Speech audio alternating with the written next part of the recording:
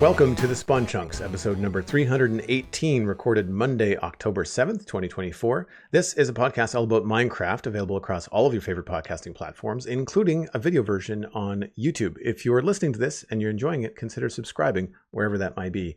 My name is Joel Duggan, and joining me, as always, is my creaky friend, Jonny. Hello. Hello. Yes, I've been creaking a little bit, but that's just my old bones. And we've been talking actually about ways to make your bones less creaky, like going out for a hike, going out and hanging out with some folks. In the render distance, that's the extended version of the podcast that you can hear if you're a patron of the show. Over at patreon.com/thespawnchunks is the place to sign up.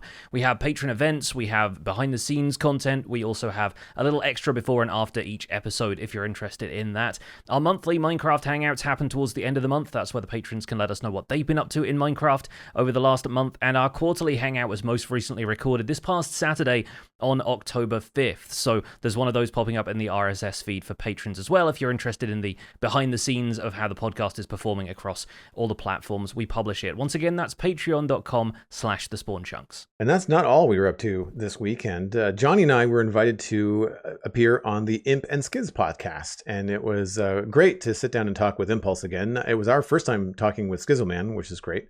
And they invited us to talk about podcasting, about content creation, about our workflow and how, we kind of set up the Spawn Chunks and how we kind of go about our week to week, I guess, on the show. And it was always a real pleasure to talk with other podcasters about podcasting. It's like one of those things where everybody knows what you're talking about. They know the challenges, they know the feathers in the cap. They really get kind of like what we're trying to do here.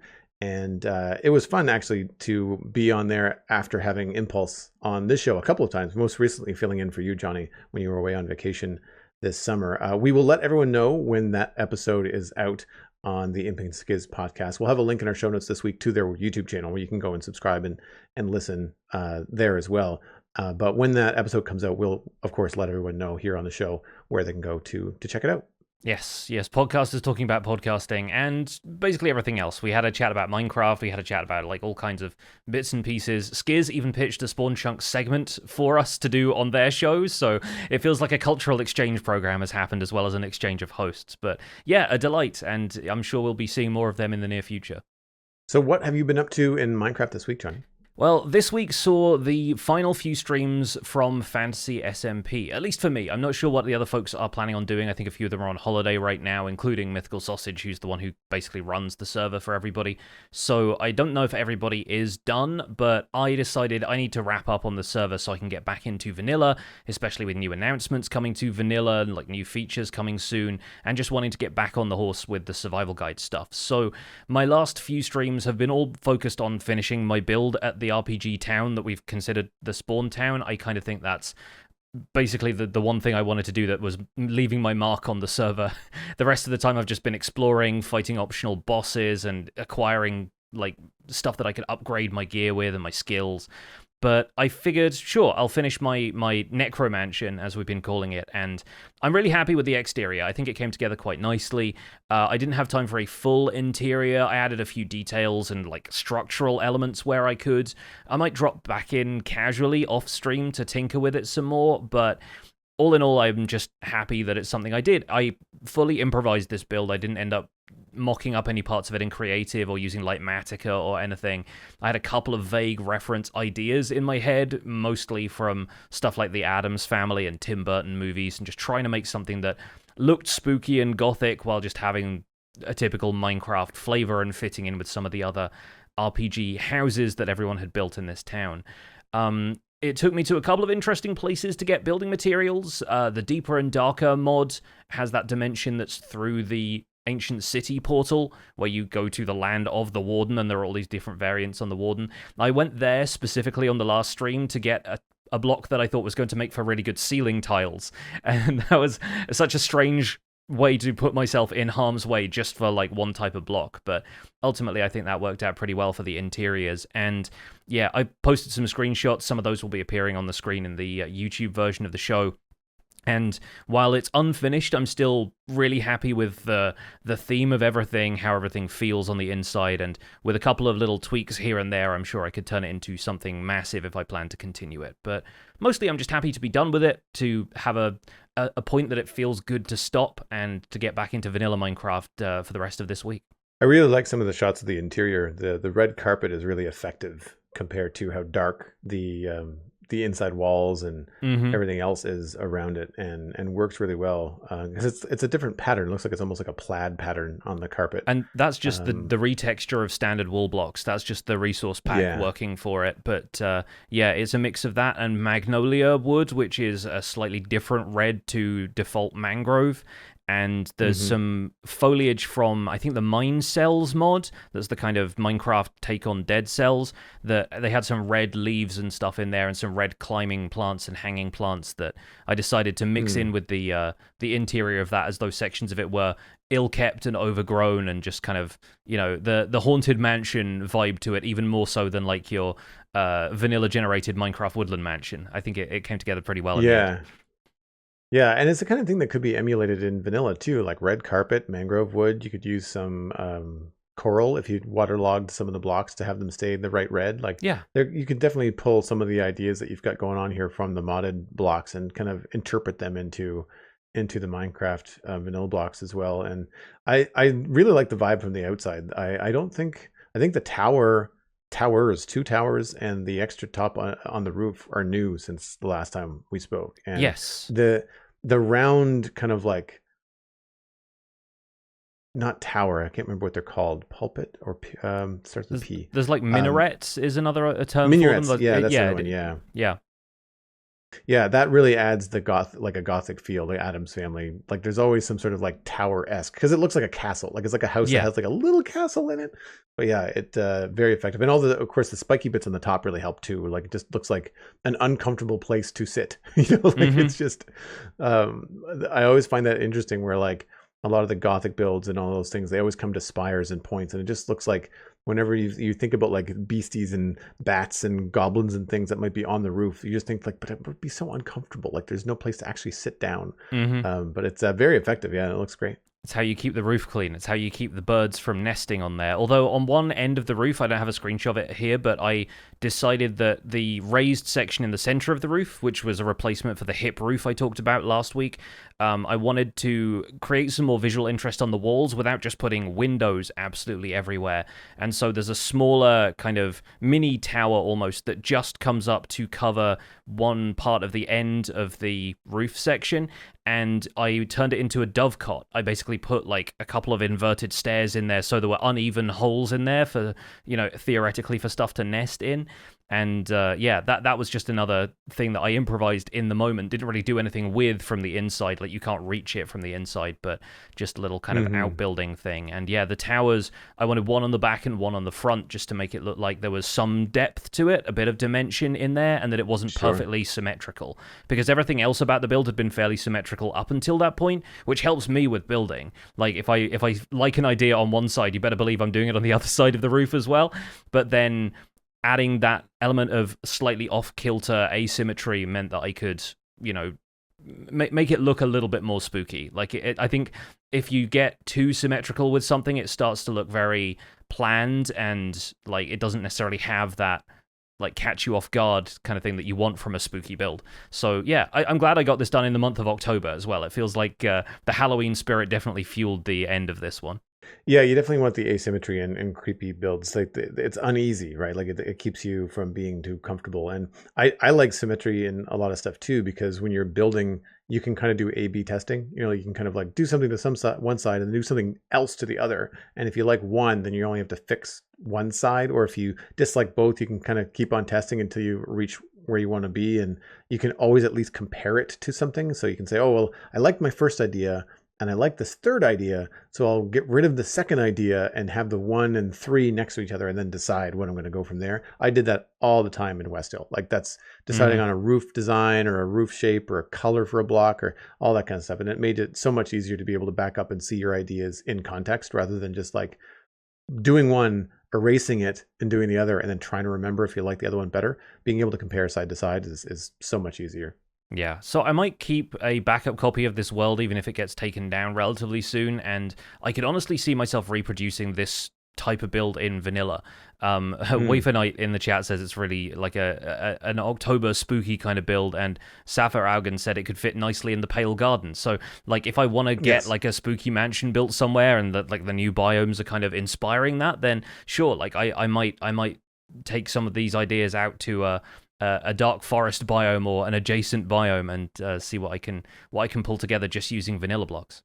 So we mentioned this on our quarterly hangout at the very, very end, but I was able to spend a little bit of time in creative in Minecraft this week with the new Snapshot, and we'll talk about that at length in our main discussion this week. But I did get into the game. I did get into Minecraft. I was pressing all the wrong hotkeys, trying to open up all the wrong menus because I've been Of spending so course, much time yeah. in Satisfactory. But it was fun to kind of get in there and mess around with some stuff. And I haven't really done much in terms of building in creative in a while either, like just messing around with blocks and trying to do color comparisons and all that kind of stuff. So it was fun to kind of get in there and have some hands-on rather than just other people's screenshots and kind of have my own creative process, time to think a little bit about that. But really the rest of the week I spent in Satisfactory. It's a creative conundrum across the board because I am trying to make these factories look like and or represent certain transformers, and I decided that Wheeljack was the transformer that I wanted to use to build this new factory in Satisfactory, and it is my storage factory. And the comparison to Minecraft is actually pretty straight lined.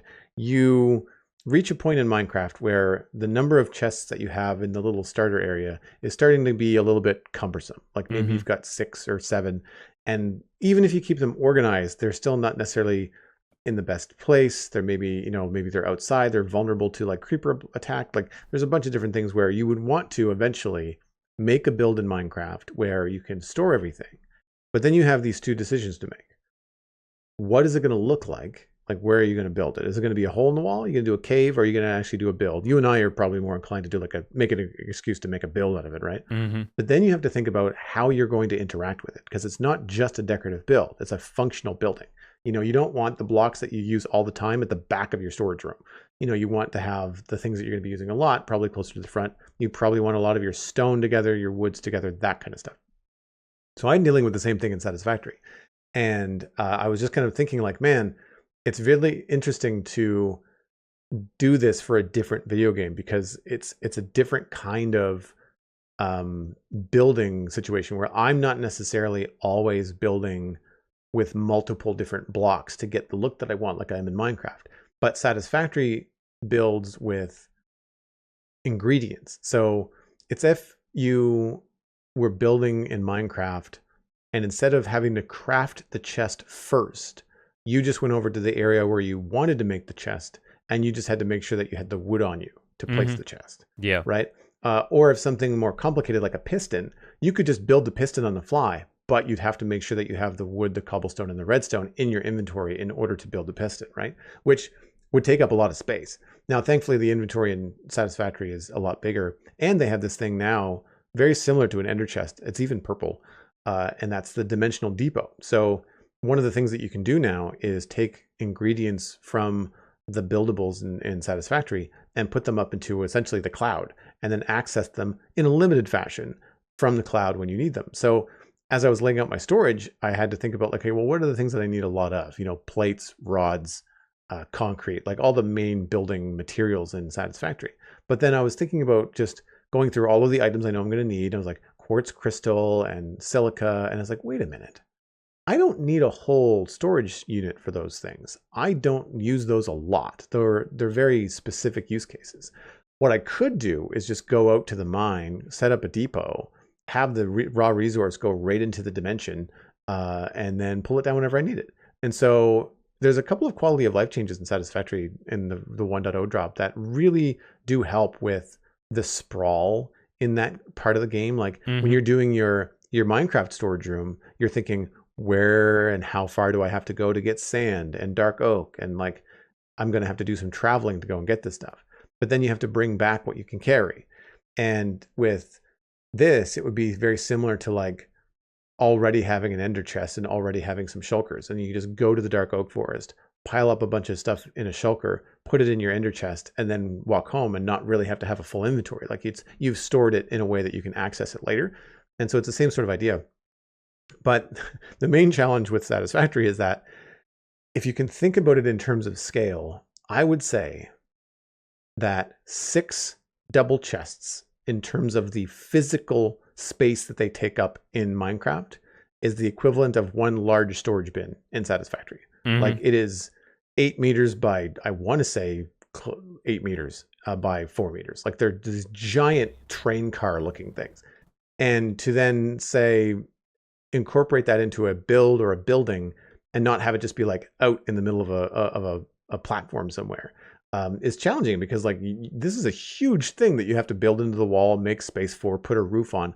And before you know it, your starter factory, quote unquote, is like 40 meters tall, and 120 meters wide. And I wanted it to look cool and I wanted it to be functional. I want to be able to walk around. And because you're spending a lot of time in it, you want it to feel nice. You want it to feel open. Satisfactory has a day-night cycle, and I don't have a lot of lights right now. So like having skylights mattered. So in a lot of ways, like you're taking the same considerations that you do in Minecraft, because like if you're going to be spending so much time in your storage room in Minecraft, you want it to look cool. You want it to be a functional space, but a cool space for you to be in, especially if you're doing content creation, because it creates a backdrop for the conversations that you're having. Yeah. And so I was not getting what I wanted out of the shape and the designs of this, because unlike Minecraft, you're dealing with a limited number of building pieces in Satisfactory. So it's challenging when you want to do the right angles or you want to do the right shapes and you can't quite get there. You kind of have to do a lot more interpretation, and there's a lot more, we'll say, finagling. So rather than just like having a block grid and that is the only way that you can place things, Satisfactory allows you to snap to different points. You can overlap things. Imagine if you could, like, in the same way that an armor stand will overlap with some blocks, if you could overlap blocks in Minecraft, like imagine the crazy cool things that you could build. And that's what you can do with Satisfactory to a certain extent. So it's just a matter of finding out where those overlaps are, how I want to work things, and while maintaining the functionality of it all and making sure that you're not running out of space inside, so it doesn't become a real headache to run all the different stuff. So same thing with a Minecraft storage room. Like, did you leave enough space for your filters? Did you leave enough space for the water flumes that you want to use to move items around, or the minecarts? All that kind of stuff. And similar to a redstone build, as the redstone build gets larger and you don't want the circuits to interact with one another, you need to have more and more space. And that's what I find, that the sprawl is real right now in Satisfactory. But basically I spent the week doing that, but also thinking about like the compare and contrast between Minecraft and Satisfactory. So it was really kind of an interesting mental exercise. Do you think there's anything that Minecraft could learn from the way Satisfactory handles stuff like item storage? Or do you think that would involve like reworking the way Minecraft does inventory from the ground up? Because there are obviously games that have similar considerations, but obviously different ways of like having prefab constructs for stuff in Satisfactory, for example. Like, do you think Minecraft would work if you carried around all the raw materials and just told it where to place pistons and stuff? Or do you think that just fundamentally defeats the point of the game? I think the crafting part of Minecraft is unique, and I think that would be taken away if you were running around with all the items. I think one thing that Satisfactory has done recently, and this is a brand new thing, is essentially it's like putting a hopper into an ender chest. Right, yeah. Right? So like if you had an ender chest that was filling up with shulker boxes full of bone meal at one location, all you'd have to do is put down a ender chest at the other location and pull that out. Now, Satisfactory has the limit of you can't automate the retrieval. You can pull stuff directly into your inventory, but you can't take something out of the dimensional depot and put it into another bin automatically. Because that would negate the trains in Satisfactory for moving material around, which are fun and definitely part of gameplay. And they don't want people to just skip that, right? It would be just like anything else like when Minecraft players take like the shortest distance between point A and B, like that's what would happen, right? So it would be like being able to put a hopper into a ender chest, but not out of. You couldn't retrieve items from it. You'd still have to do that manually. So I feel like there could be some interesting things there in terms of the way that they transport materials. I also think that the filtering system in Satisfactory is a lot easier because you have splitters and mergers and smart splitters. And smart splitters are basically like a device that has belts going in one side and out the other, and you can dictate what goes what direction. So as long as the belt keeps flowing, it's not going to get backed up. But you can have like a belt of all kinds of items. We call them sushi belts in Satisfactory. And then towards your storage system, each bin, you can say, put the quartz in this one, put the plastic in that one, put the beams in the other one. And then everything else is called overflow. It just kind of keeps on going until it reaches the point where it's supposed to be told to go to its bin. It's very similar to what happens with a Minecraft filter, but it's a single block, essentially, rather than the Impulse SV, redstone filter. So on one hand, you're like, yeah, that'd be really great to have in Minecraft. But on the other hand, it also kind of takes away all this community gameplay where these circuits have to be designed with redstone. So in a way, Minecraft has those capabilities. It's just it's external to the block as opposed to internal the way that it is in Satisfactory. I like the signage in Satisfactory a lot better. It's a lot more flexible. Mm-hmm. So you can do the same sort of thing in Minecraft with an item frame rather than a sign that says oak wood. You can put like an oak log or an oak plank in an item frame and use that. But I find with Satisfactory, like they have all these different signs. You can change their colors. They light up. You can write on them or change them to be just images so you don't have to read anything. So there's a lot of stuff like that that's just kind of quality of life. But it all kind of works so much better with the sci-fi theme of Satisfactory, whereas Minecraft is so kind of steeped in like the RPG kind of like sword and sorcery stuff that it doesn't really translate. But I think something like having more flexibility with item frames and with like what they can be placed on, and because I find that I don't use item frames like on chests that much because you have to kind of click around them to get into the chest. So like there's little quality of life things like that I think could be helpful. I think the fact that you can color everything in Satisfactory any color you want is also really strong. Whereas in Minecraft, like you're stuck with the colored blocks. So that kind of stuff is a little bit challenging. I mean, not that you can't color code your storage system in Minecraft, but I think that the 16 colors that you get are a little limiting. And we've talked about this before, like once you start to get into endgame and you've got 30 odd shulker boxes, like, and you've got more than 16 colors, or not beyond 16 colors, like you have to have several colors of shulker box that are the same, and you just have to kind of remember which one is which. And so that I find would be cool if we had a little bit more. I guess it's like more of the back end organization. Like there's ways in Satisfactory to stay organized, and in Minecraft you're dealing with kind of old ways that you're forced to be organized if you want to be, and it does seem a little bit hard to manage. But again, like it goes back to something that Flip brought up on the show, earlier this summer, like how much time do you want to be spending in menus in Minecraft and how much time do you want to be spending in game, right? And in Satisfactory, I spend a decent amount of time inside of building menus, inside of smart splitter menus, adjusting things to flow the way that I want. Whereas in Minecraft, like you build the filter, right? So you're playing as opposed to coding a filter or telling it to do something, right? So there's an ebb and flow to the comparison for sure. I think it helps that Minecraft gives you a lot of individual components that don't have a specialized use. It's more like what people have decided they can be used for and found the utility for over time. Whereas Satisfactory seems like it has a combination of Swiss Army knife things, like the signs that basically do everything you would ever want signs to do, and then they have really specialized things that only really do one thing, but their job is to do that well so that it doesn't get in the way, and that it doesn't hold up your like automation line for all of the stuff that you're trying to pump into the factory. But I feel you on the colorful stuff. Like I think I've seen a lot of people suggest that the Pale Garden's new Pale Oak Wood should be something that we can paint more colors so that people have so many more building options, because it's a blank white wood block, And so I think a few people are sort of feeling the pinch, especially with other games like that being out there and being ready to paint whatever material, any color you like. Yeah, that freedom does help, especially with organization, but also just with creativity, right? Like if you want to change colors on something, and you can save colors too. So like as you create a color, you can just put it in your library as like, Autobot red or Autobot blue, and then return to that and grab that whenever you want, rather than trying to find that place on the slider or I guess Minecraft does that too, that it just gives you the 16 colors that are the dyes, and that's about it. What do you say we move into some news? Yes, yeah, let's get into it. There's exciting snapshots this week, almost out of nowhere. There is. So yeah, really looking forward to talking about this one. So this was published on October 2nd, 2024, Minecraft Java Edition 24W40A. In this week's snapshot, we are adding a new experiment which will allow you to experience the Pale Garden, an eerie biome filled with pale oak trees and hanging moss. Beware of its sole inhabitant, the Creaking, and don't blink. Experimental features in 24W40A added the Winter Drop experiment to the experiment's screen when creating a new world.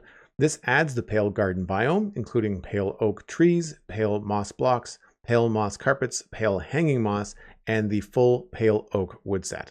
It also includes the Creaking mob, the Creaking heart block, and spawn egg for the Creaking available in creative mode.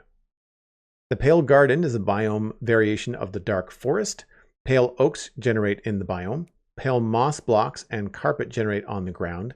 Hanging pale moss generates dangling from the foliage of pale oak trees. Animal mobs do not spawn naturally in the Pale Gardens. There are new biome-specific ambient sounds, and the Creaking heart block can generate in pale oak trees. Pale oak logs can be crafted into pale oak wood sets. All of the wooden items including boats, plus a unique door and a trapdoor. Pale oak leaves drop pale oak saplings that can be planted in a 2x2 configuration to grow pale oak trees.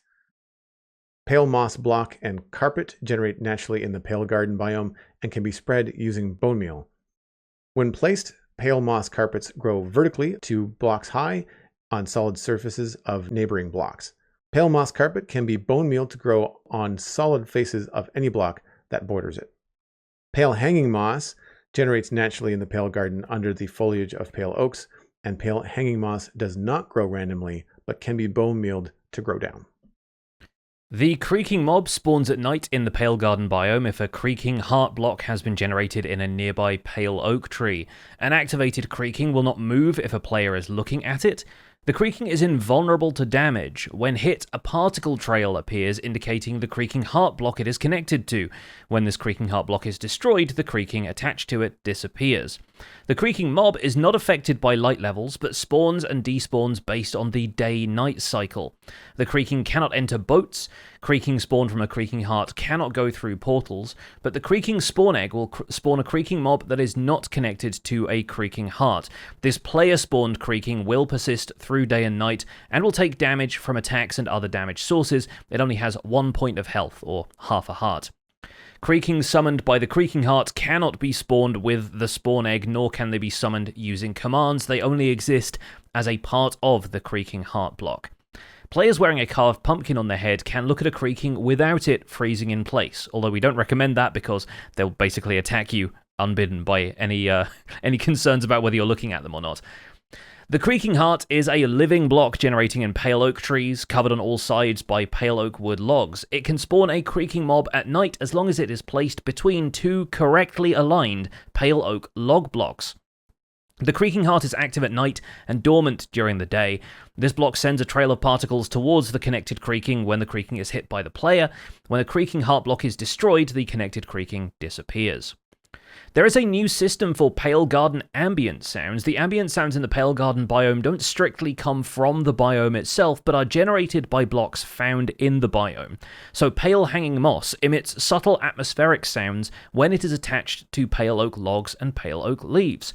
The Creaking heart block emits a series of eerie sounds when it is active during night and surrounded by logs on all sides. Some other changes unrelated to the experiments in 24W40A include the bundle colouring recipes are now unlocked by dyes rather than the uncoloured bundle item. Shulkerbox and bundle colouring recipes no longer work when trying to apply a dye to an item of the identical colour. They've added an accessibility option to make targeted block outlines more visible, and the game mode for the last active world on a realm will now be visible on the main realms screen if applicable. Technical changes in 24W40A include the datapack version now being increased to 56. This adds new particles, block crumble, and trail. The ride command no longer allows passengers for leash knots, lightning bolts, and fishing bobbers, so no more riding the lightning for you folks out there. They've added the rotate command, more information about that on the changelog. They've added gaze disguise equipment item tag for items which can be equipped to disguise the player looking for mobs affecting the Creaking and the Enderman. The enchantment effect type damage item has been renamed to change item damage, which now supports negative amounts as well. The resource pack version is now 40, which has been increased to support the new experimental changes. Bug fixes in 24W40A include a fix to teleporting passengers not correctly dismounting them, item durability bars and all items rendering incorrectly in the villager trade UI, the block outline being nearly invisible for some blocks, players being able to spawn underwater again in 1.21, and a handful of bug fixes related to appearance and sounds of bundles. There are a handful of other bug fixes and full details of all the technical changes in this snapshot. You can find those at the Minecraft.not changelog, linked in our show notes at thespawnchunks.com. So we are obviously going to dig into the ability to have hands-on with the Pale Garden and other parts of the experimental features in the main discussion. But something that you brought up as something to discuss in the news is a bit of confusion that is maybe happening with the overlapping updates and snapshot features in this week's snapshot. Yeah, I was kind of surprised that we got the Pale Garden stuff so soon because I expected them to at least be done with bundles and get that update out first. And it may be that there are different teams working on this. When we chatted to Nembon a while ago, he said that there's a team that works on minor updates and a team that works on major updates. I don't know if that's even still the case now that they've started to change their development cadence. It may be that there are just teams working on whatever the next, update drop is, and so there might be some people working on this winter update who have no effect on what's happening with the summer update, presuming we get one of those. And I think people are getting slightly confused just in this moment now where we're changing from one type of update cycle to another with the overlap between these updates. And I think Azuma made a video about this recently. A few other people have said, what is this update called? What number is the update going to be? All of these systems that we have used previously to kind of keep these updates straight in our heads as players are kind of shuffling around right now. And so it's a bit of a confusing time. I think to Mojang's credit, they laid it out pretty clearly at Minecraft Live, but we have a habit of confusing ourselves when it comes to talking about this stuff, especially with being able to get hands-on with some of these features long before they ever make it to a release version, right? And I was wondering if you think it's better for them to go back to naming updates up front because they're announcing the features basically when they're ready for release, right? I think it would be very easy to just call this the Pale Garden drop from now because it's fairly clear that the Pale Garden and the Creaking are what's going to be in this drop, and we don't really have any other features on the horizon for that, unless Mojang themselves throw something else in that we just don't know about at this stage. But I think calling it the winter drop now, while this obviously answers the question of when we can expect it to release, doesn't clarify whether or not bundles are being held back for winter or if they're going to be part of their own thing. They've mentioned bundles of bravery at Minecraft Live, but I think everyone skipped over that idea in favor of just listening out for what the new features were going to be because we knew about bundles already. So I don't know if anyone else at home feels this way, but I think a lot of folks I've seen just in discussions online have been talking about how it feels a little bit confusing right now, knowing what's coming when, knowing which update we're talking about when we're talking about any update at all. I agree. I think that the bundles of bravery, they said that it was coming in the next few months, but so's winter. So how do you differentiate between the bundles of bravery drop and the winter drop? I think they're different things. From what I can gather, they are different things. I think the bundles of bravery is one drop, and I think the winter drop is another drop. But I agree. I think that that's a little bit confusing. And I think that one of the things that's contributing to this is the fact that the Pale Garden, the Creaking, and all of those features are in experimental features, whereas they don't feel experimental. They were presented as this is coming to the game. This is something we've worked really hard on. It's something that we're adding in this winter drop. So then to have it in the experimental features, it's this feels very different when you compare it to other things that have been in the experimental features, like bundles, changes to minecarts, and the villager trading potential change. Yeah, totally. Those feel like experimental features that they are messing with and they want player feedback on over time. And while I understand that the experimental features tab within the snapshot is how Mojang is going to develop 2 different snapshots at once and get feedback on different content at the same time. And I do think that's better than releasing multiple snapshots. Like, I don't want a 1.21 and a 1.22 snapshot coming out at the same time. Yeah. Because then you just, which is like, sure, you have a number attached to it, so you know 1.21.1 is coming before 1.21.2, but like, depending on the release of those snapshots, and even just something as simple as someone misreading the title of the post is going to say like, oh, I thought the Pale Garden was coming in 1.21. But I think that also is a problem here, where like these experimental features are in the snapshot for 1.20.1, and it's like, it's hard to differentiate when you are dealing with such a broad audience as Minecraft, and like not everybody watched Minecraft Live. Mm-hmm. Right? So people are just dealing with like what they're hearing. Is what they're hearing incorrect? Like, is what they're hearing an interpretation? Is what they're, did they read the article? I don't know how many people in the Minecraft community read the Minecraft.net articles. I mean, I feel like it's a small vocal community, I think, that does, because it's not something I see a lot of people going to do. So I feel like that label of experimental features is a little bit of a not misdirection, but it's a little bit of a misnomer for the Pale Garden and what feels like, I mean, I want it to be more than what it is, but it also feels like a feature that's coming in one form or another, not an experimental feature that may never get there. Like, for example, those villager trade changes, they may never make it to the game. They might decide, nope, this is just not going to work the way that we hoped, and so we're going to shelve it. Thankfully, bundles have made it past the experimental features, and they are coming to the game. Yeah. And I think that one thing I think players can be clear on is that something like the bundles moving out of the experimental features tab is a good indication that that is what's coming next, right? And I think that when the Pale Garden and the Creaking and all of those things, the Winter Drop experiments, come out of experimental features, then you know that's the next thing. And I think, to your point, if we have another drop coming later on in 2025, and then those features are added into the experimental features, then we can kind of establish a pattern. Okay, so these things that are coming, regardless of whether they're experimental or not, live in experimental features before they get into the main snapshot. And then from the main snapshot, they go into the vanilla game. So if that's a pattern that we can establish, then we can have a little bit more of a clear expectation there.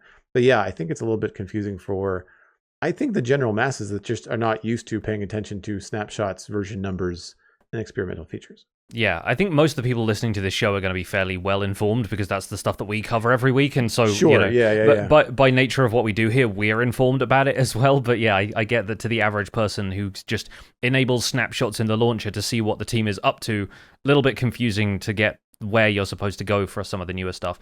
And I totally agree that I think putting stuff that is announced as a forthcoming gameplay drop in the same category as stuff that's been kind of tinkered with in the past but has now sort of lapsed, like villager rebalancing and that kind of stuff, feels like there should be separate experiments categories for experiments that we know are coming to the game and experiments that are, just kind of on hold for the foreseeable future, right? The stuff that may not ever make it, isn't planned for a release, but still has potential to be shaping the conversation about those features, whether it's villagers or redstone or minecarts or whatever. So yeah, I think there's there's a lot of discussion going on right now.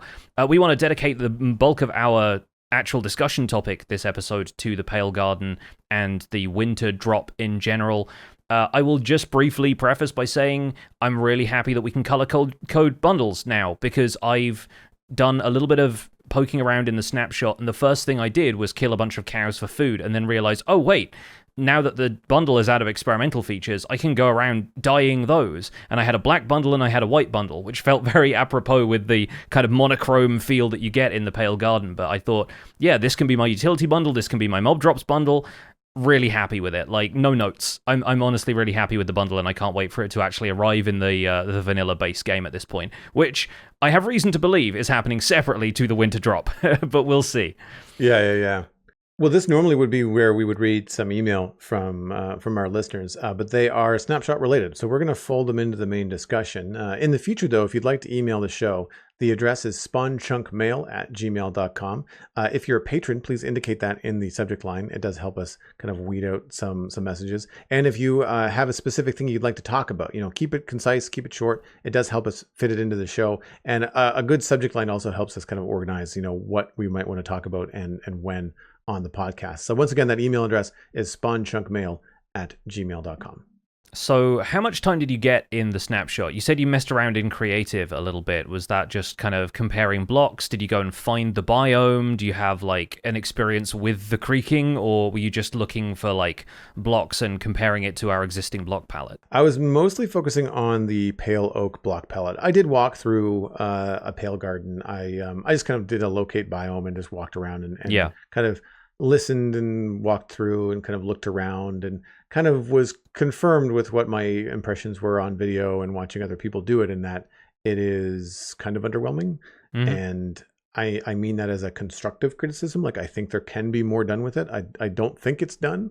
I hope it's not. And it feels okay. Like, I mean, it feels like what they set it out to be, which is kind of drab and dreary, but drab and dreary on its own is uninteresting. And so I'd want to see more there. I did find it very effective that they also desaturate the skybox. Yeah. It really does feel like almost you're in a black and white movie. It's not quite black and white. It's very, very close, but it's not quite. And to your point, I think that you made earlier in another podcast, maybe last week, was that the brown sides of the dirt on the grass blocks can still be visible. Yeah. Or if you dig and do anything, then you can see stone, and I mean, granite would be pink and all that kind of stuff. So it doesn't feel like a graphic glitch. It does feel intentional. Yeah. But it also really lacks contrast, which I feel like might be by design. But I think that it's unfortunately also having the effect of, like, while it makes things all look the same and hard to see and navigate, it also is really kind of boring. And so I'd like to see more happening there.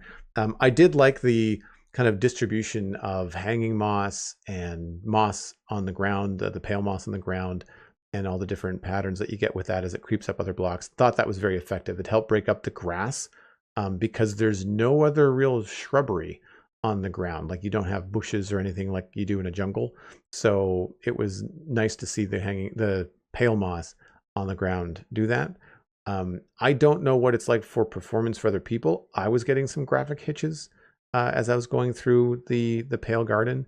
So that's something that I think when we think about other things that could be added to that biome, it might be kind of at the edge of its, what's the best performance to creative addition balance there. But yeah, so the pale garden was an underwhelming experience, and I think they need to do a little bit more to keep it from being just a resource biome, which I think is something we've talked about before as well. Yeah. Something that was very jarring, and I'm curious what your feeling is on this, was that when I left the pale garden and went out into the dark oak forest or the birch forests that were bordering it, it was almost like a smack in the face.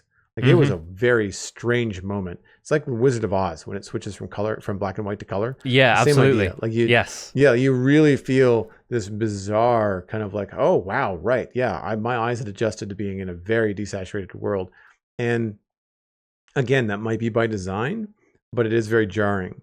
And I also compare that to how the biome does not really feel like it's part of the world. Like, when you look at it next to anything else, it's just this line of gray starts here. There's no, I mean, even with biome blend turned up a little bit, it really doesn't affect the trees that much. So your dark oak, which is very saturated, and your birch, which isn't so saturated, but it's still green, and the bright whites and contrast in the birch forest, it's a very like stark line between those biomes and the pale garden. So I don't know what could be done there, like, because obviously they don't want pale oak trees growing in the birch forest to try to like pepper that border and make it a smoother transition. And I think because it's related to a dark oak forest in terms of its aversion thereof, they also want it to spawn next to dark oak. So you're going to have that contrast. So I don't know what that experience is. Now, a lot of that was that because I was in creative and I was kind of flying around and looking at stuff. if I'm walking through a dark oak forest in early game and I end up in a pale oak forest, I don't know that I'd necessarily see such a smack in the face transition. Like you wouldn't necessarily see the tree line, you know? So that could be interesting. And again, like it might be such a placement or a generation rule that it doesn't generate next to a desert or next to something that doesn't have trees, you know? Yeah. So we'll have to see how that goes. But like, what was your experience walking around through it? So I went there in survival. So I was searching. I started off, I think, in a grove biome, and then went towards temperate biomes because I figured it was going to be generating near to dark oak forests. I didn't teleport myself directly into it. I came at it from the outside. Mine was on a hillside, which felt kind of strange because you were seeing the trees up high, and there wasn't really much of it that made its way down into the valley. So from the outside, at least, it felt very obvious, like it stood out. I imagine the same would be true if you were looking at it from, like, on a hill and the pale oak biome was in the valley, or, you know, you're flying around with Elytra and suddenly there's this big patch of white underneath you and you realize that's where that is. And I think once I got in there, I definitely felt more immersed. I couldn't see out into, like, the biomes that were clearly around me on the rest of the hill. Or like across the valley into other stuff. So that kind of lack of long distance visibility was clearly something they mentioned, something they highlighted at Minecraft Live. And I thought that was executed really well, although I might never have thought about it if they hadn't mentioned it at Minecraft Live. So it'd be really interesting if somebody went in without knowing that that was the goal, if they still had that same feeling of sort of claustrophobia and disorientation and not really knowing how far they had to go to get out of the biome. But then, yeah, like you, when I climbed up into the canopy, both to search for creaking heart blocks from the top down and also just to get a feel for the leaves and everything, you could see out from underneath this pale sky into the other biomes with a little bit of that kind of distance shadow and everything, and fog in the far distance. And it does feel really strange. Like you said, it does feel kind of Wizard of Oz, where you suddenly see color for the first time in a while, and I think it does add to the eerie vibe of the biome, but you feel like the biome itself would be a lot more at home if it was paired next to other biomes that have that paler grass color. If you look at like windswept hill biomes or taiga biomes where they have that slightly minty green grass color, it blends with the pale garden grass color a lot more effectively. But that's not necessarily the temperature that they're going for in this biome. It's not meant to feel like an inherently cold place, even though the color all around you is cold and desaturated. So it's an interesting pitch. I think it's unusual, but I think it's intended to be unusual. They were talking about walking into it and wondering if it was intended to be that way. So I think maybe like the graphical glitch side of things is perhaps what they're playing to instead of expecting it to feel like a natural part of the world. The unnatural nature of it is really by design. At least that's what I would assume. I think the ambient sounds in the biome are really well executed. I was really interested to read in the changelog that they actually rely on combinations of blocks nearby, so it's the distance between pale hanging moss, the pale oak leaves, and pale oak logs is actually what determines the configuration of those, is what determines the sound. And that's kind of cool, because theoretically, I haven't tried this, but presumably you can combine the same blocks to create the same ambient sounds elsewhere. So if you wanted to bring that creaking noise into, I don't know, like a ship or something, if you've got like a build out on the open sea, but you wanted it to feel like the ship was listing in the wind and the boards of the ship were creaking and stuff, just hide a couple of those in the hold and see how it goes, right? Like there's potential for that to be used mechanically in really interesting ways.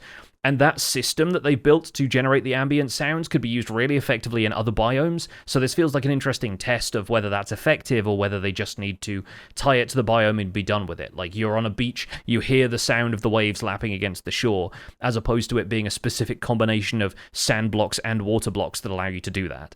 I think there's maybe some potential there.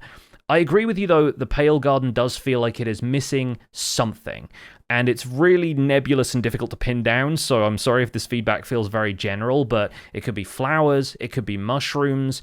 The fact that they don't have any passive mob spawns, like no animals spawn in the biome at all, helps it feel more barren as a result. So it feels like that needs to be compensated for in some way. It's just difficult to know how to do that without ruining the effect of the biome, in the same way that everybody wants an update to the end, but the end is supposed to be this barren wasteland in terms of the design of it right now, and changing that is going to fundamentally change the character of the end. So I do think maybe they've got some work to do to make the Pale Garden more interesting visually, but I don't know if that's necessarily what they had in mind, what their intention was. Yeah, we actually have an email this week that focuses on the missing components of the Pale Garden. Do you want to read the first one there? Yeah, absolutely. This is from the Nuki, who's an All Producer member of our Discord, and the subject is Creaking Crickets. Hey, Jonny and Joel. I really love the new Pale Garden biome, although I do agree with Joel's feeling of it not being too unique at the moment, with only the saturation and texture changed from a dark oak forest. The creaking and its new mechanics got me thinking, there's an opportunity for huge fan service to Minecraft's player base that also matches the mood of the biome by adding creaking crickets, particles, and fireflies. Maybe players could either use the silk-touched creaking heart or a rare item that drops when the creaking heart is mined without silk touch, maybe with a drop rate similar to an apple drop from oak trees, so not common. This newly created creaking bud, or sprout, aims to look like an unripe version of the creaking heart, where it's not fully formed, it can only spawn particles, but nothing more. I would love to have a comeback version of fireflies or any glowing particle. Maybe this time, since the Pale Garden is a fully fantasy biome and has no real-world counterpart, there's no problem with some mobs' food safety. What way of obtaining or restrictions or benefit would make this sprout feel balanced for you, Jonny and Joel? Very curious about your thoughts. Creaking greetings. The Nuki was stomped by a spooky ent. It was such a jolly email up until that point, and then suddenly grisly and gruesome. The Nuki has provided a really helpful concept image that they've mocked up of the creaking bud idea. We're going to post that in our show notes at thespawnchunks.com, and I'll put that in the video version of the podcast as well, so that people can get a look at this sort of concept sheet that they've drawn up for it.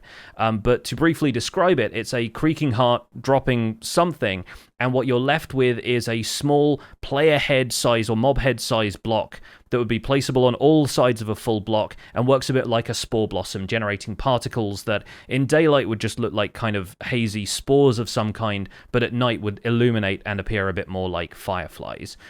Without the problems that got fireflies cancelled in the first place, it says. So yeah, I think a really well thought out idea in this case. Joel, how do you feel about this one?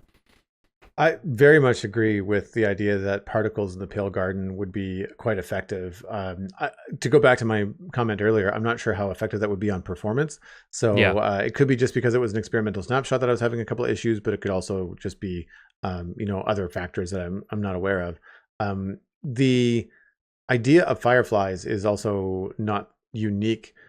We heard from Landed Puma, also wrote in and said that the Pale Garden needs something, and wanted to push it past just a resource biome, and that fireflies and bringing them home in a jar was their suggestion as well. So thanks again for writing in. And I think that the creaking bud idea is sort of the same thing. It's like it gives you the ability to take those fireflies or particle effects that could substitute as fireflies, and bring them to your own build, much the same as you're talking about with the sounds generating, if that's even possible. And I think that this is a great way to like have something in the biome that's cool, but then not be forcing players like, hey, if you want these orange particles all around you, you have to build in the Pale Oak or the Pale Garden biome. And having something like this, this creaking bud that you could then take with you and hide in your build, or have it on a pedestal somewhere and have those particle effects happen nearby, give you the control. Like it gives the player the option, to visit the Pale Garden and then leave with something. Now, does that change the Pale Garden from a bland biome of just resources to something else? I don't know, because if you're only going there to get the firefly thing and come home, then like it's kind of the only reason you're going. Right? So like it's kind of a double-edged sword there. But I like the idea of it, and I think that that's a cool thought for a drop for the creaking. I don't know if that's necessarily all the biome needs. I feel like the contrast in the images though that the Nuki provided is very telling. Like the moment that you put glowing orange particles on top of a screenshot of the pale garden, it immediately feels different and interesting, and there's something to look at, so and the fact that they chose orange particles, same thing as my idea last week about orange mushrooms on the side of trees. They sort of looked like creaking eyes, right? Yeah. And so you could see, if you saw some of these particles around, you might be just like, whoa, wait, what's that? Should I look at that? Should I not look at that? Like, what's going on over there? And so I think that could be a fun way to incorporate the particles into the pale garden in an effective way that still sticks with the theme of the pale garden of what Mojang wants to do. So we'll have to see. Yeah, I think it's really neat because it not only adds an ambient tool that players can control, similar to how the Spore Blossom works, it not only adds something that for the Creaking Heart to drop when it isn't mined with Silk Touch, which I think is something it should do. Like, this is effectively like the mob drop for this edition, since you can't really farm the Creaking itself for anything. The Creaking Heart is the thing you destroy, and I feel like it should still drop something. This feels like it's implying a life cycle of some kind, and I think that's really vital to additions to Minecraft feeling more complete, is establishing an ecosystem and making it feel like there is some kind of overall life cycle at work there. We saw this with the additions of the Nether, of how piglins and hoglins kind of hunt each other, and there's this back and forth, this interplay between the two things.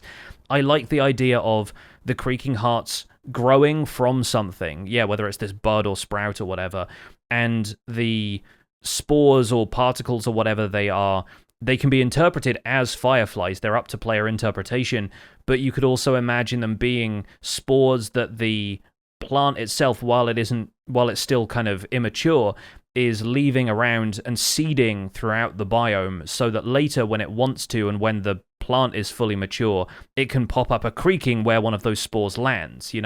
It's kind of like dropping them in and like planting seeds that would grow into something that it can use to fight later.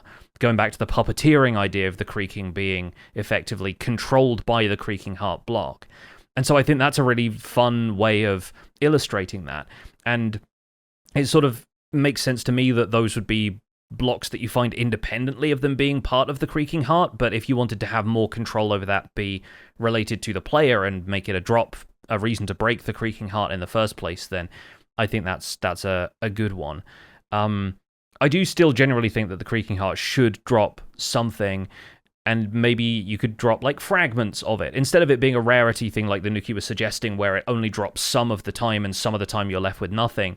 I think, what if it drops maybe one or two of these things, and you need at least 4 or maybe 8 to craft them back into the Creaking Bud or whatever this particle generator thing is.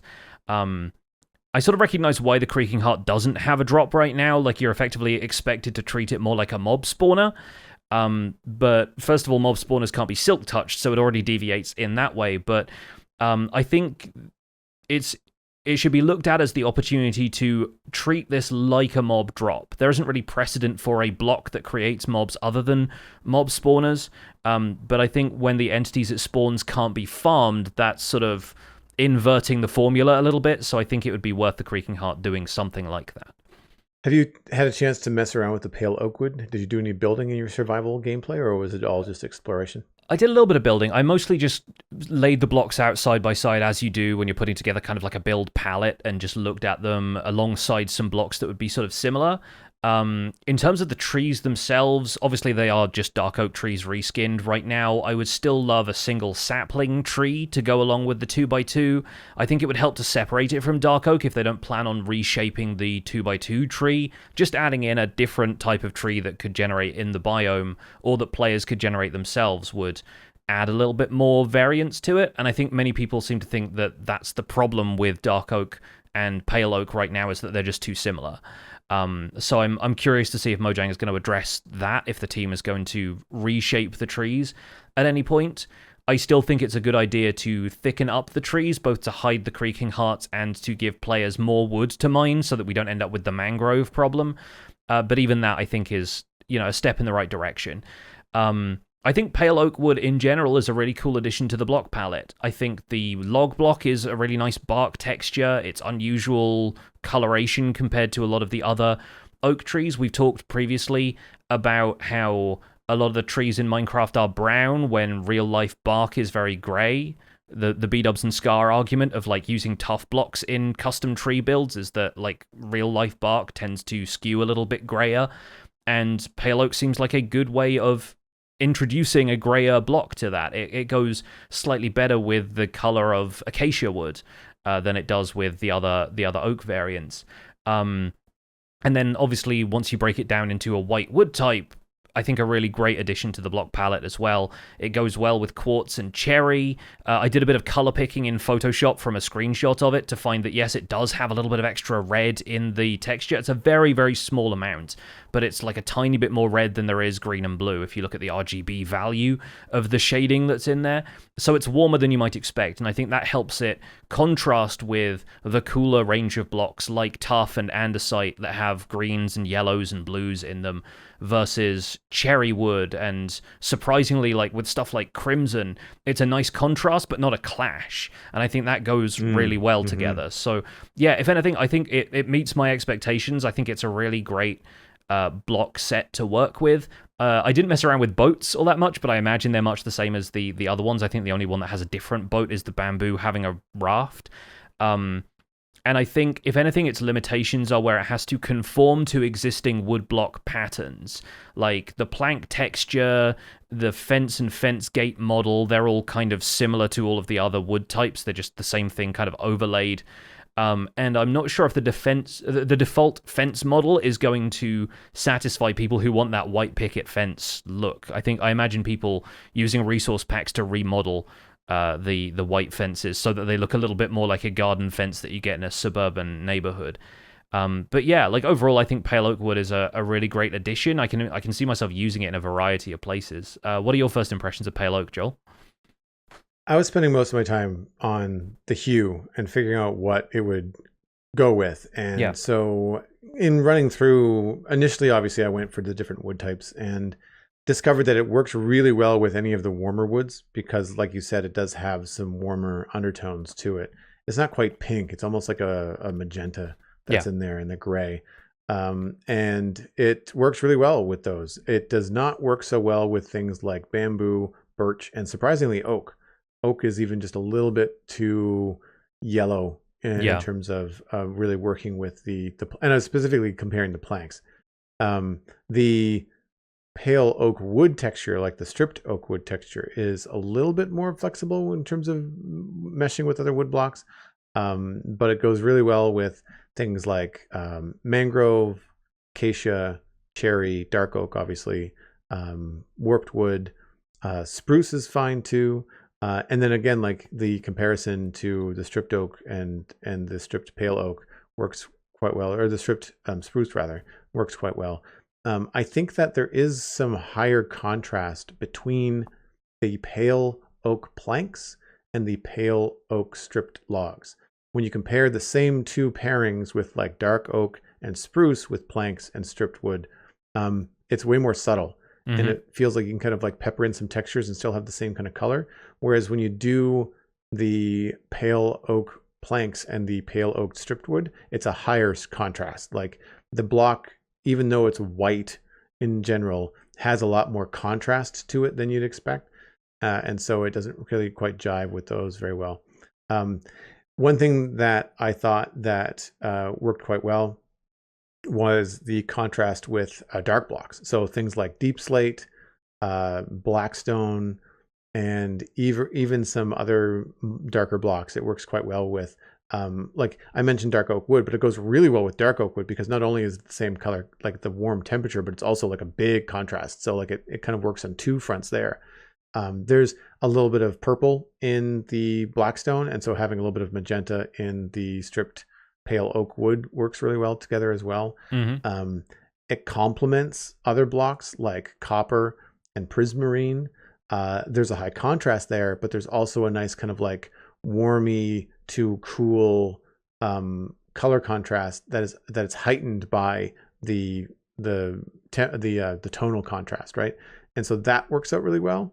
And because it also has those warm textures, you can throw it next to regular copper, or even like the first oxidation stage of copper, and it still works out quite well because, again, like it's got those warmer tones that you see in the oranges in copper. Where it really struggles is that it clashes with a lot of other white blocks in the game. And I think that's where people are going to have a bit of frustration with it, whereas the warm hues of the pale oak wood really only work with the warm hues in quartz. The other white blocks in the game, like calcite, diorite, and wool, and even concrete powder to an extent, white concrete powder, are very neutral. They're kind of like middle gray. But even white concrete powder, and then white concrete especially, is very cool, very blue, in terms of like when you're comparing it to what would be a pure white. And the pale oak wood types just don't really work well with those. They tend to really stick out. In the same way that quartz and diorite don't seem to work well together, and that quartz and white concrete don't seem to work well together for the same reason, right? So I feel like because it has those warm tones, it's going to work with a lot of other blocks in the game, but it's not really going to give you another white block to work with. It's going to be a new white block to work with, but not something that's going to jive with a lot of other stuff. I can see the smooth quartz blocks and the stripped pale oak blocks working really well together. They have almost the same direction in terms of how you place them for like the striations and the direction of the texture. So those are my kind of first impressions. I messed around a little bit with like building a house and stuff like that. And again, I went straight for what I saw in the video and just kind of stuck it next to some mangrove and stuck it next to some cherry wood just to kind of see what it would look like. But mostly I was kind of experimenting with the blocks within the pale oak to see what they would work like. And I like the doors. The doors are really cool. They're even warmer. So they're even warmer than the pale oak planks. But they've got a lot of detail and I like them a lot. And because of the way that they're textured, they feel wider. They're not, but they feel wider because they have less of a bezel in terms of the design, which is cool. I found it tricky to place the pale oak trapdoors. They have like a little latch on the bottom. It's similar to an acacia trapdoor. Yeah. Where it has like this little notch that looks like a handle, but it doesn't show up where you think it would be. Like you kind of place the block and you think the handle is going to be at the bottom, but it's not. It's at the top. So like where you aim on the block is where the handle goes. And then I also found that if I wanted to place them upside down, like layering different sections of a roof, I had to like get underneath the eaves of the roof and turn around backwards and face out to get the latch to go where I wanted it to go. So it's really inconsistent. Like it didn't feel like it was natural. Like where you'd want to put it, it ended up being upside down. So I ended up replacing them a lot. So that was just kind of like a weird note that I just kind of noticed that it doesn't have the same feel as the other trapdoors in that way. But that could also be a bug. Like that could be something that they have intended to fix. Like I don't know. But that was my experience with it. I didn't do a whole lot. It was more about comparing it to other blocks, working out what kind of block palettes it might work out in. And I think if you're building copper, prismarine, deep slate, any kind of dark or warm woods, and then any other kind of brighter, warmer colors, it's going to work really well with like red concrete or, orange concrete. I think the white is going to be something that stands out. I think the challenge will be the higher contrast of the planks and how are you going to work those into what you're doing. Yeah. I think it's definitely found its place in the palette fairly quickly, but it's working with the warmer colors that need a white to pair with them, where a lot of the existing whites pair better with cooler colors.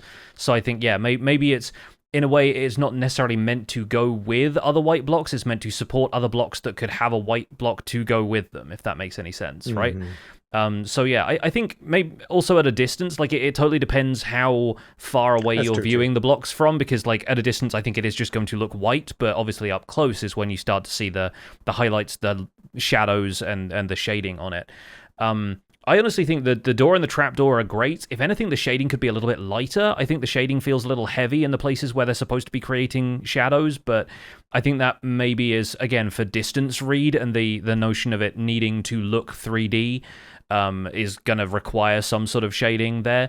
It's sort of like how polished blocks have that lighter side and darker side to show that the light is hitting them in a certain way and that they are polished in the first place. And that feels a little bit heavy-handed, but I say this as somebody who's not an artist. So, I don't want to be stepping on any toes here. But I do wonder if there's maybe room to experiment with that slightly, and maybe resource pack makers will flatten the door a little bit to make it look a little bit less like shaded in that corner where the trapdoor has its darker corner. Either way, though, I think they're really great designs. Like, I think the aesthetic that those provide, that kind of modern farmhouse look, is really nice. It feels like painted white wood. Like, it feels like you've taken a normal brown oak door and you painted over it with white paint. And that's sort of like interior design stuff that people are going to get into in a big way, I imagine. So, yeah, looking forward to seeing more of what the community does with it. I think it's still early days. Did you mess around with Pale Moss much? Not a lot. Like I kind of looked at how it was in the Pale Garden, and I found that when I brought it out, it just kind of felt kind of drab, and I wasn't sure what to do with it at first. I need more time with it. So I didn't really spend a lot of time. So I feel like if you could maybe work it into like a gray gradient, like I feel like a Pale Moss might be good in like a stone wall, or working in with tuff and other mossy blocks and things like that. That might work. Especially if you're trying to transition from moss to stone, like that could also be really helpful. Mm-hmm. I think it would be nice if it changed color even a little bit, because it just, again, like in the same way that leaving the pale oak, the Pale Garden biome feels like a real smack when you get into a colored biome after leaving it. I feel like dropping a pale moss block in a colored biome is kind of like, oh wow, that's an odd. It lands with a thud visually, and you're just like, I really don't know what to do with that. It does feel a little bit strange.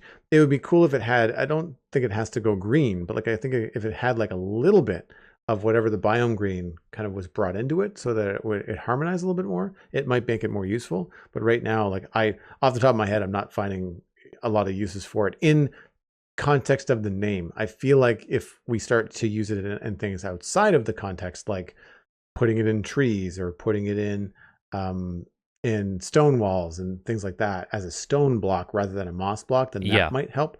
But at the moment, I'm not really sure. Yeah, because Pale Moss, I think for me, is the cooler version, where like Pale Oak is the warmer version. I think it suits the kind of pale greeny blue stuff a lot better.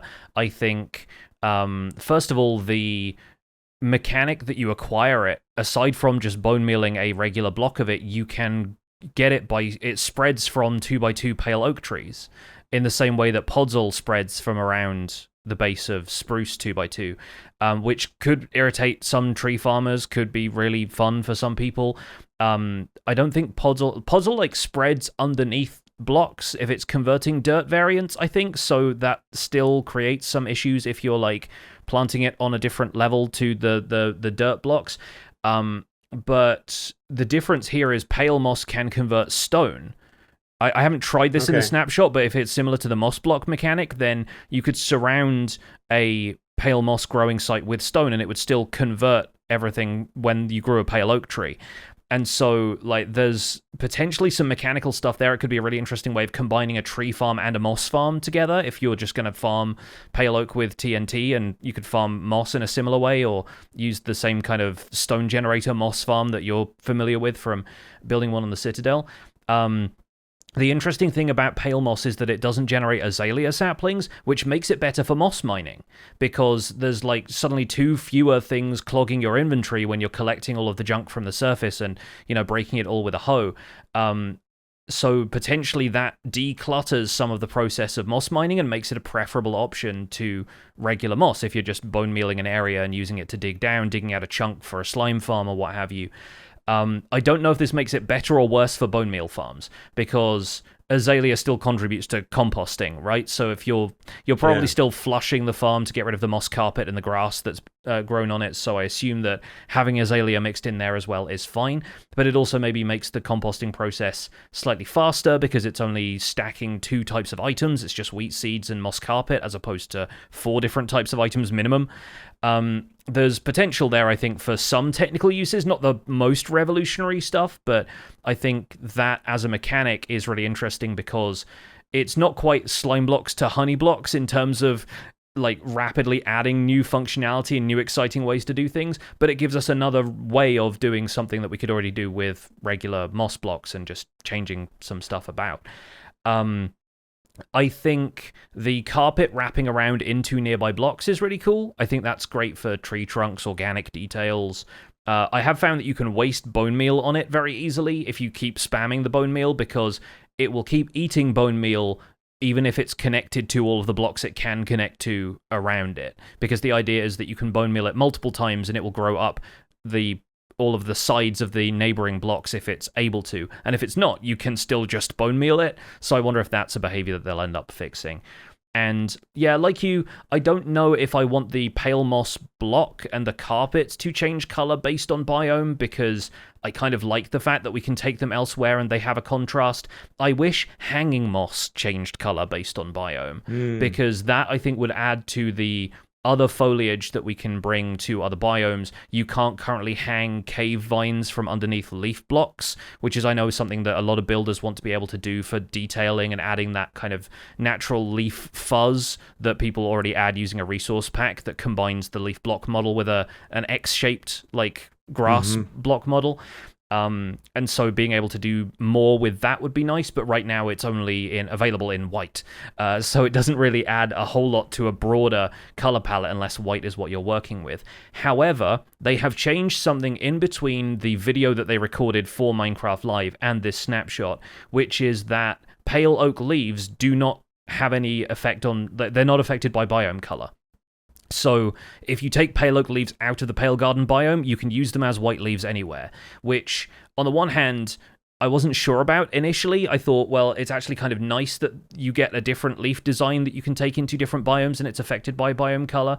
But on the other hand, I think a lot of people I saw after that presentation wanted them to be a fixed color, because azalea leaves are already really useful for that. Birch and spruce leaves get used for that.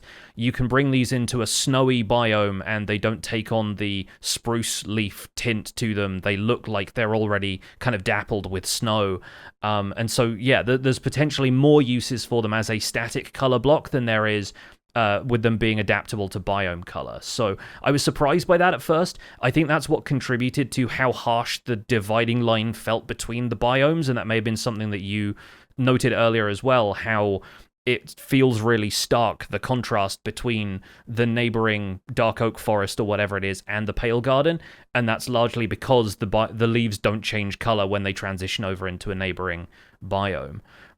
So I'm sort of on the fence about that still, but I think it's probably long-term better if we stick with the leaf color being the same everywhere. You can imagine taking that to other biomes and having a lot of fun with it. Yeah, that makes a lot of sense. I again didn't think too much about the hanging moss. Like I can see places where I might want to use it just as it is. Like I think that when I see moss like that hanging around in my hiking, like it's very pale. Like it's green technically, but it's a very, very light mint kind of color. Yeah. And it doesn't really matter what color the tree is, the moss is always kind of the same. So I can see that going well in like a spruce forest. But I do like the idea of taking the pale oak leaves and then creating your own spruce trees that look like they've got snow on them.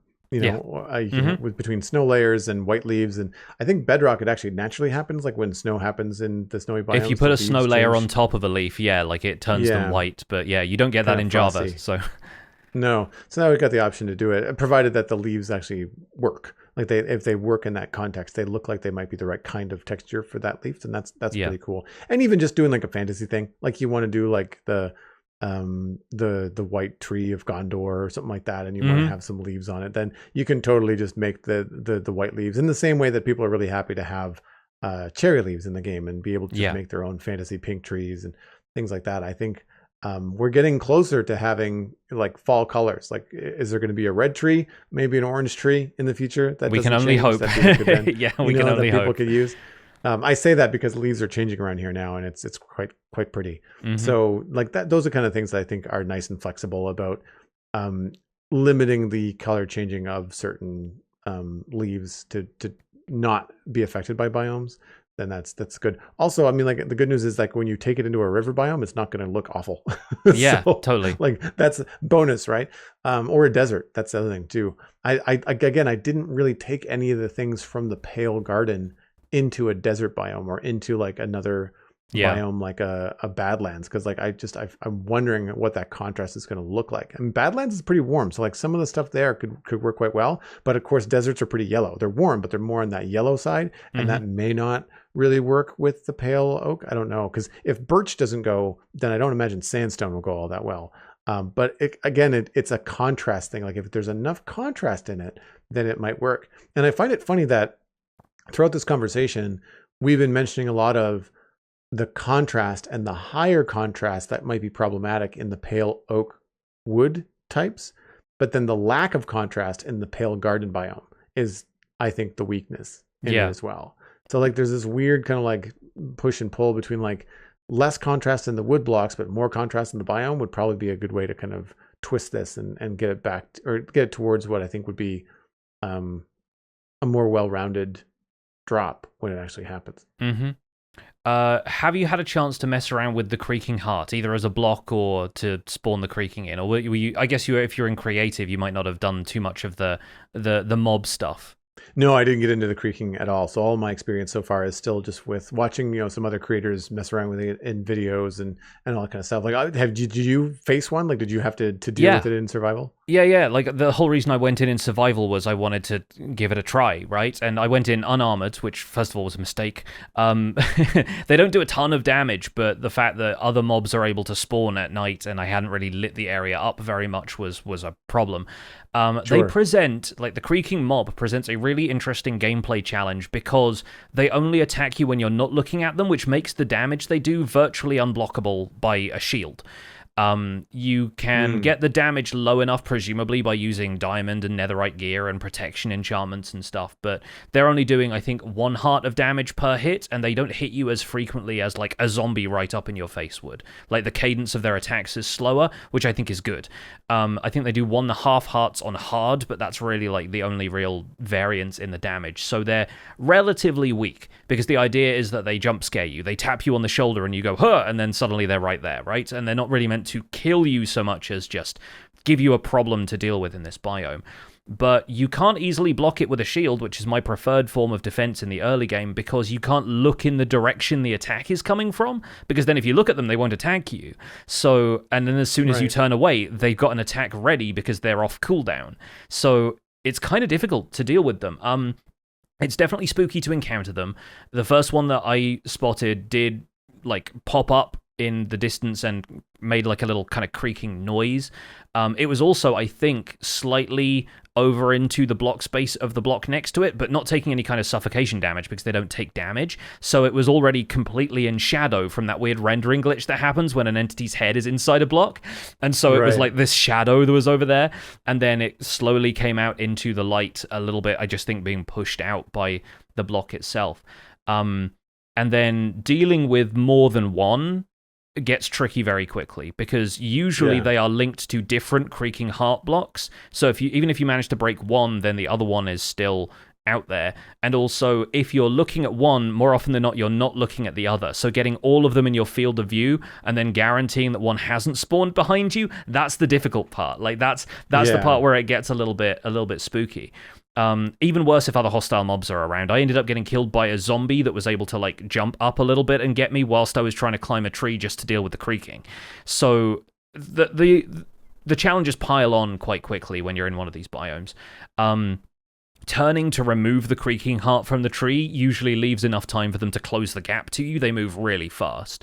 And you can sort of see them moving in your peripheral vision if you turn at the right time. But yeah, it's a little twitchy getting used to them being around. So right now, just theory crafting it, my suggested strat is that when you know they've started spawning, pillar up a few blocks while you're looking at them, and then if you've hit them to find out where the Creaking Heart is, you bridge to the Creaking Heart from there, because then they won't be able to like warp up next to you. They're still confined by where they can walk to, unlike Endermen that will teleport to come and attack you.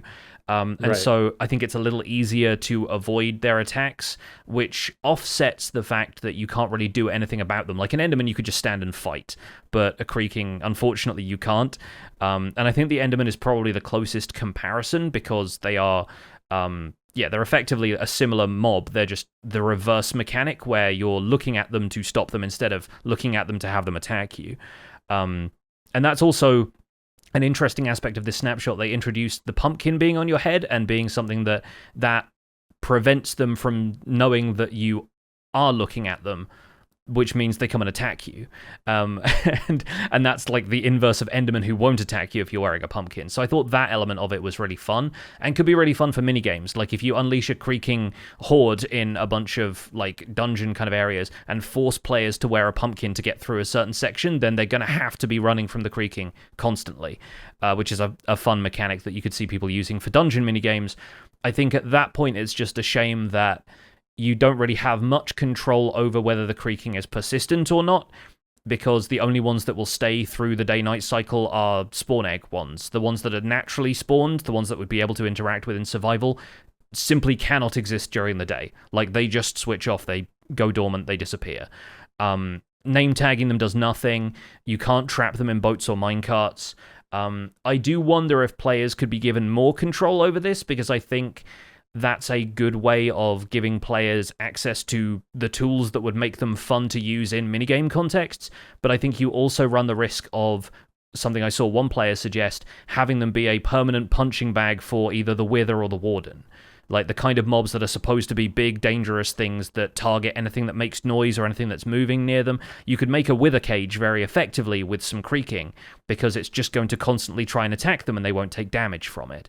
And so I think that's maybe why they've chosen to make this otherwise invulnerable mob kind of a daytime, nighttime only thing, which makes sense. Obviously, from a practical perspective, you want to avoid just bringing in something that is going to feel like a huge exploit, and that's where a lot of players' brains immediately jumped to when they saw the creaking. But the fact that you have at least the maneuverability of being able to take the creaking heart somewhere else and use it in your own contraptions and whatnot, provided that it works at night, I think is a really cool thing. The creaking heart itself is still one of my favorite textures they've done recently. It's the new copper bulb for me. It's the block I will yearn for until I get to build with it. I love the shading. I think it tiles really well. It's a very cool standalone block, but if you put them in a strip and you maybe border that with either pale oak if you don't care that much about the creaking spawning, or acacia logs if you just want a similar gray, it blends pretty well with acacia. Like, unless you're right up close, you don't really twig that it's the same texture, no pun intended. But you end up with a wall of acacia that looks like a massive claw has been dragged across it, like this big kind of split in the wood, and it looks very creepy. So that's really fun. I ended up, because you can rotate the creaking heart as well, that's one of the blessed things about it. Like the horizontal creaking heart texture, you can use that as like tire track textures for like a heavy machinery in a quarry or something. You could put a stone floor in and have it like the tires of a vehicle have dragged mud along with them and that kind of thing. Like, I think that can be a really interesting use of it, and it's not active unless you put pale logs on the log ends of the block. So you can put them all around the side texture as long as they're not covering the end texture, and it's the same thing.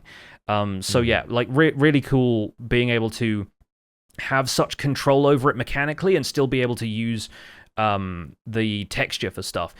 I saw a lot of people complaining that you couldn't use skulk catalysts as a building block, because if you killed a mob anywhere near them, they would spread the skulk, and that would be annoying. And so the creaking heart feels like it's taken some of those mechanics into account and given the player a very specific use case for what activates it. You can even have one log attached to one end, and as long as there isn't an identical log on the other end, then it's not going to do anything. Incidentally, stripped logs and stripped wood blocks, the 6-sided wood blocks, all still activate the creaking heart. So there are 4 different blocks that can activate it, but none of the other blocks in the game do, including other wood types and everything. So I think that's honestly a really smart way of doing that. I also wonder if a stripped creaking heart block might be possible. So a white end to it, but with still like the drag mark through it, I think would be kind of interesting. Overall, like, I'm really into the aesthetic of this, even though the biome kind of has a low contrast thing to it. I think, honestly, if they just beef it up with a couple more aesthetic things, maybe a bit more plant life, something that evokes the garden aspect a little bit more than it already has. Like, I think it's a pretty well-formed idea, executed pretty well, and I can see reasonable justifications for not giving it the mechanical leeway that some players want, because that opens up a mechanical exploit somewhere else in the game. So that's sort of where I'm sitting with it right now. Any final thoughts on the Pale Garden before we wrap things up here? I think you're right in that it is an excellent first step in the mission that they've set out to do. Like, I think it functions in the way that they want it to function. And I think that it's just the experience of the player aesthetically is what I think is my big detractor for it, and that hopefully they'll find some solutions for. And I agree. I think like having additional foliage or having particles or all the different things that we brought up today are good examples of the kind of thing that could be added to the Pale Garden to improve its experience, I guess, from a player perspective. And I like the idea of foliage, especially because, one, like to your point, it reinforces the idea of a garden, but also if it is foliage that you could then bring elsewhere that doesn't change color, like a lot of other stuff from the Pale Garden, then that will give you maybe like a blue mushroom or a new bush or like something like that to then play with in other situations where it's not going to clash or be so weird, because like it's its own thing, and it's not tied to the pale oak tree color. It's not tied to the pale moss, and it's not tied to the Creaking Heart anyway, or the pale oak wood. I find, I'm sure I'll get used to it, but I find that a lot of the new blocks, they're not tongue twisters, but there's a lot of kind of similar names. Yeah. Kind of like wrapping your head around all that is always new. I think that the biggest, I think, criticism for me on the pale oak wood is, again, like the high contrast. I'm fine with the warmth of it. Like, I think you've got to lean one way or the other. If it's neutral, it's also going to be kind of boring. So like having it go warm, that's fine. I think it's going to, I honestly, I think the pale oak wood is leaning into the cottagecore. Like, I think they're going that way. Yeah. Like, I think this is a block for the people that are going to want to build a little bit more cutesy on average than, other players. And I think that's fine. Because I think that it works very well for that. I think that the contrast within the pale oak is something that I hope they address. It would be cool to see other versions of textures. We've not seen that so much in experimental Snapshot. We've seen sprite changes for the bundle, but we've not seen like, hey, here's a new texture for something we're trying to work through, and we're going to change it a little bit in experimental features and see how that is received. And I would be curious to see if they do that with some of the pale oak or the Pale Garden features. Like maybe the Creaking gets a model change or a texture change or something over the next little while. You never know. And so that would be interesting to see that kind of feedback come from an artistic standpoint. And I agree with you on the trapdoors. Like, it's hard to say like whether it needs to be that high contrast or that dark in places because of the nature. I didn't back up from anything. I didn't build something like Westhill or add the pale oak to Westhill and then back up and see what it would look like. I was building a small house and putting blocks in the ground, and I was backing up 10 blocks. So like I didn't really go far enough away to see whether or not those trapdoors and doors read specifically at those distances. But I do like the overall design is cool. Like I like the fact that you still have a plain edge to the trapdoor, the fact that the trapdoor has no windows, the door has no windows. So you have some things that you can play with. Especially if you start to layer things and even hide stuff. So you could start to layer the different trapdoor and door blocks behind other blocks, depending on how much depth you have in your build, and get a really cool kind of pattern or a white edge to something. If you only want to see the edge of a trapdoor from below, then you could totally do that. You can have like a thin white line going through something. So there are some really cool, effective ways I can see. I just haven't had enough time to really play with it. Yeah, and I think the important thing to remember is that they've highlighted how important player feedback was in the development of the Armadillo and Wolf armor, and one hopes that they are open to that level of feedback on the Pale Garden biome and the winter drop in general, and we'll see maybe some iteration in future snapshots, results from player feedback, and what people like about this biome maybe just being crafted a little bit more closely to what players ultimately want. And if you've got some ideas for what you want from the Pale Garden, then of course at this point we are very much open to getting your emails and discussing some ideas that you folks might have for how to enrich this new biome. But that's going to be where we wrap up this episode of The Spawn Chunks. You can find more information about the show and links to some of the stuff that we've talked about today over at thespawnchunks.com.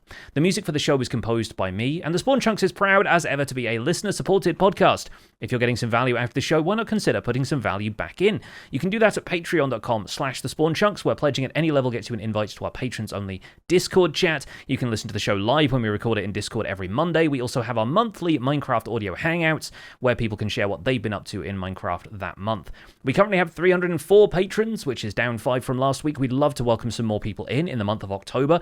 Special thanks go out to our content engineer patrons, Hunter555, Gundar H. Striker, Jumbo Sale, Mindtrip Media, Party Voyager, and Yitz. Thank you all for your support on this episode.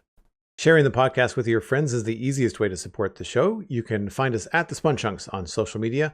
New episodes are available on Mondays on all of your favorite podcasting platforms. And of course, the video show is out on YouTube. You can email the show at spawnchunkmail@gmail.com. The RSS feed is linked on the spawnchunks.com, and the patron-only RSS feed is on our Patreon page. And that's where you can listen to the render distance, the extended version of the program. My name is Jonny, but online I go by Pixelriffs. You can find most of what I do at youtube.com/pixelriffs, where I've actually just uploaded my own thoughts on my first impressions of the Pale Garden, my first survival gameplay in the biome, along with the Minecraft Survival Guide making its return this week. So the third season will be continuing, and I'll be working on a build project that I'm sure you'll be hearing about on future episodes of the show. I also stream 3 days a week on Twitch. We're back to Minecraft Survival Guide over there as well. Chop-In Tuesday will be the first stream back in the Survival Guide world after our little stint in Fantasy SMP. All the VODs from that are still up there, as well as being uploaded to my VODs channel on YouTube as well. I'm the voice of the unofficial Hermitcraft recap, which you can find through a quick YouTube search. And aside from that, I'm at Pixelriffs on both Twitter and Instagram. Joel, where can people find you online? Everything that I'm doing online can be linked at joelduggan.com. That includes the Citadel Cafe, my other podcast about sci-fi and fantasy entertainment. I am working on finishing up the Rings of Power on Amazon Prime, so hopefully Jonny will be able to pop back onto the show and we can talk about that. And I am streaming on Twitch a little bit more often these days. Normally it's Wednesday through Sunday, but I've been popping up some Tuesday streams and other things during the week. Currently still playing a lot of Satisfactory, but of course we'll be working in some Minecraft back into the fold as that comes along. And that's at twitch.tv/JoelDuggan. Thanks for visiting the Spawn Chunks. The world outside is infinite, and the grass is always greener in the other biomes.